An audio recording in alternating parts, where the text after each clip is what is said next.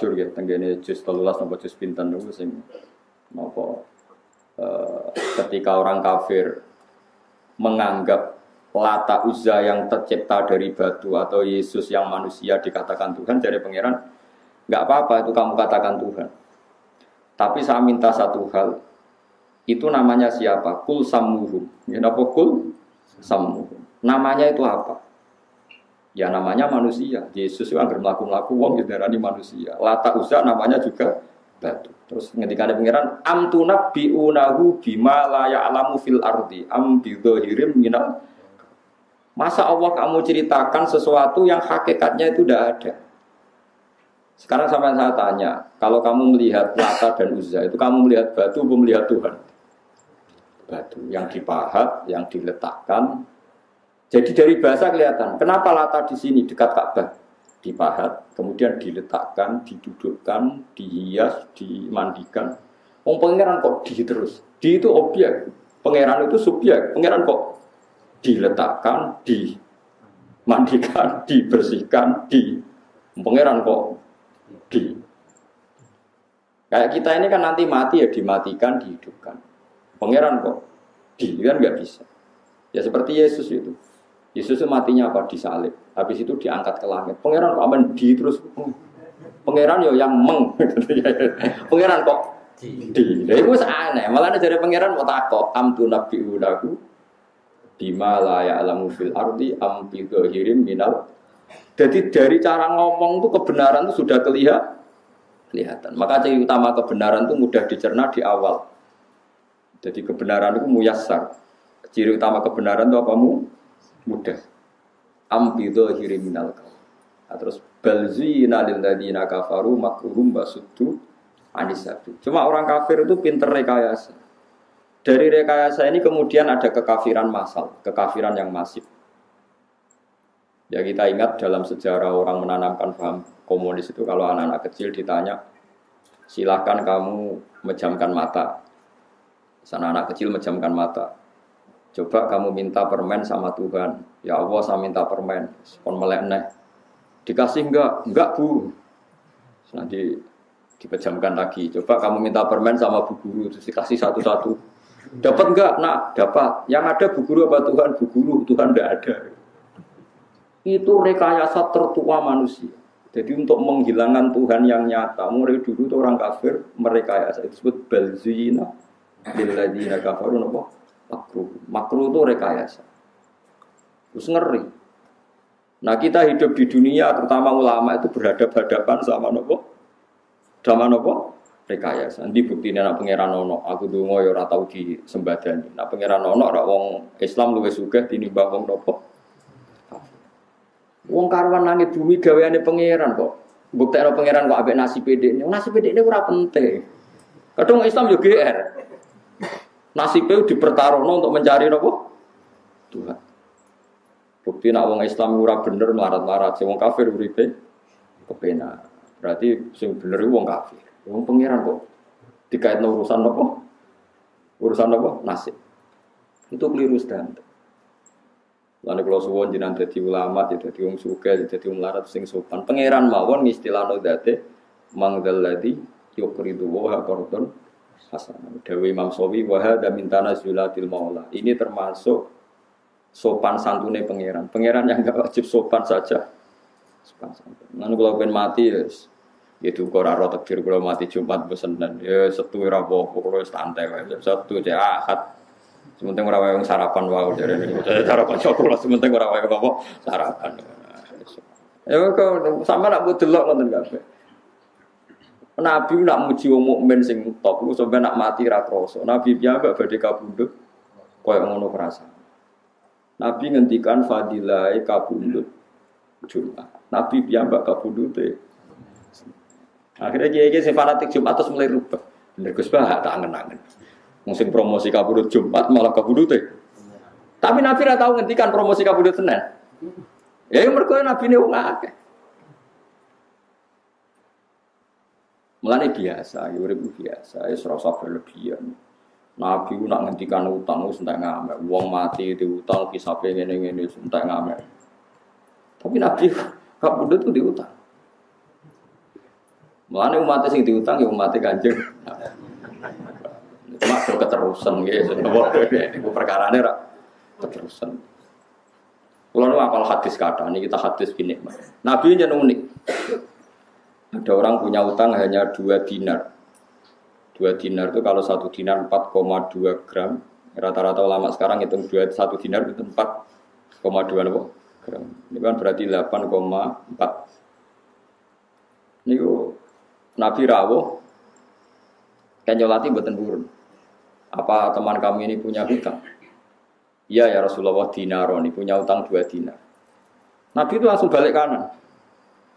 Balik kanan lalu Nabi ngendikan ke sahabatnya sallu ala sahibikum. Kamu harus nyolati saudara kamu. Rungokno nggih. Nabi tidak nyolati. Jadi Nabi itu unik.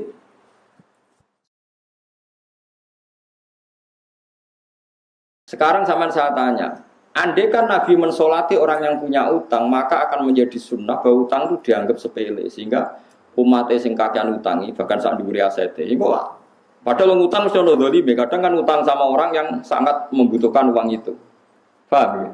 Artinya Nabi nak nyolati kan bela sing utang, padahal sing diutangi didzalimi. Kan kata utang sama orang yang dadekno bangkrute sing diutangi karena dikemplak. Tapi kalau Nabi tidak nyolati, maka haknya jenazah muslim disolati gak terpenuhi. Makanya Nabi separuh. Nabi kundur, terus gak nyolati, tapi nyuruh sahabatnya. Begitu juga orang bunuh diri, orang mati-mati yang gak kebenaran itu kata ulama-ulama, sebaiknya tokohnya itu gak usah ikut nyolati, niru Nabi. Tapi umatnya disuruh nyolati. Makanya beberapa kali di daerah saya ada orang mati bunuh diri itu banyak yang gak nyolati. Kulo nyolati, ono mati ini lho sing oplosan. Tapi mboten tangga kula mesti beda desa wong minyak wong. Ono mati oplosan ya ora wani nyolati, tapi banyak ulama yang berani nyolati. Gara-gara tadi janazatul muslim itu berhak mendapat sholat dan orang muslim mati itu wajib disolati. Tapi harus ada terapi supaya orang kapok, sebaiknya tokoh itu tidak usah ikut nyolati. Tapi masalah yang gerbong terus GR tokoh. Akhirnya malah aku sing kangelan nyolati wong kabeh GR toko ora nyolati kene. Nah sing wong alim-alim akhirnya nyolati kabeh mergo wedi nek ana jenazah tanpa disolat. Ya seperti itu Nabi itu memang hukum itu berawal dari Nabi ngendikan sallu ala sahibikum. Nabi sendiri tidak sholat tapi menyuruh sahabatnya menyolatkan. Malah nanti fakir ada istilah tauziul hukmi. Hukum itu bisa separuh. Yang satu untuk iling-ilingan bahwa jenazah muslim harus disolati. Yang satu iling-ilingan ada terapi supaya wong itu gak mati secara suul khotimah. Ya wes akhirnya, ya wes ada yang nyolati ada yang enggak. Begitu juga orang munafik. Orang munafik itu Nabi dia nyolati. Abdullah bin Ubay Nabi diaturi sholat ya sholat. Bahkan anak Abdullah bin Ubay nyuwun supaya Nabi mau ngidoni napa? Kafane ini Nabi ngidoni. Terus nyuwun jubahe Nabi supaya dipakai sebagai kafan. Niki Nabi dicoplokno jubahe iki dipakai kafan. Sampeyan santri ora tau to jubahe Nabi go kafan. Abdullah bin Ubay bin Salul sing munafik dipakai jubahe Nabi. Ini Nabi ya nuruti. Pas Nabi mau nyolati, Umar menghalangi berkali-kali. Sampai sudah di depan jenazahnya Abdul bin Ubay baru ada ayat wala tusalli ala ahadim minhum mata abada wala taqum. Mat kamu jangan nyolati orang munafik. Pertanyaannya adalah secara fikih. Nabi dikandani Jibril kalau itu munafik dan perintah Allah resmi terdengar sharih mansus jelas. Lah anak kowe kan ngukumi munafik mergo sentimen. Mergo beda kelompok mbak kafir munafik. Lho kuwi untuk wahyu konti. Senang Nabi dulu dilarang nyolati orang munafik. Ini orang munafik saya tidak mau sholat. Lah kowe sapa? Kowe ora nabi kok ngaku. Oh wong sul khotimah sing pirsa Allah tok. Nek rasul mungkin pirsa mergo dingertikan oleh Allah. Nah kita seorang mungkin setelah itu sahabat siapapun munafik apa enggak sahabat nyolati sama orang-orang tabi'in. Karena wilayah sirri ini wilayah Allah Subhanahu. Lho Nabi ono sing ngandani lan aku mulane Gus mati sul khotimah mati newe krana ngene-ngene kok jenengan salati. Ya biasa ya wong Islam itu salati ngono ora repot. Soal tunggu sepuro pangeran ora ya potongan donga-donga ora mandi ora ero. So kowe maksudno ya ora mandi kene nyolati ora mandi padha ora mandine. Cuma gue iling-ilingan nak jenazah muslim iku mendapatkan kalau dene salat mayit itu sing untung ya sing nyolati wong jare Nabi mati iku mau itu. Baru kae nyolati wong oplosan. Nauzubillah muga-muga orang ini kan lumayan kan terus wedi. Muga anak putuku ngono piye cah ya Allah, matur nuwun Gusti anak putuku ora narkoba. Tapi dereng kados napa mboten kan terus akhirnya kan jadi khauf, jadi napa? Khauf. Baru kae khauf terus. Ya terus apik. Jadi eling-eling ya. Mulane pentingnya ulama di situ. Jadi apa yang dilakukan Nabi itu tidak mesti jadi hukum permanen. Karena Nabi kadang bikin hukum itu dua sekaligus. Ya, tadi Nabi tidak mau nyolati, tapi Nabi nyuruh sahabat mensolati. Sallu ala sahibikum. Masyhur. Jadi ini pengertian kayak keluhan jenengan. Terus agama itu harus selalu dijelaskan. Wong Allah mawon arrofa nafsah. Dia mengenalkan dirinya sendiri. Bahwa saya menciptakan lain. Karena iso ngaji ya kondo. Nanti duit ya kondo. So di duit kalau boten gak ada. Nggak uang.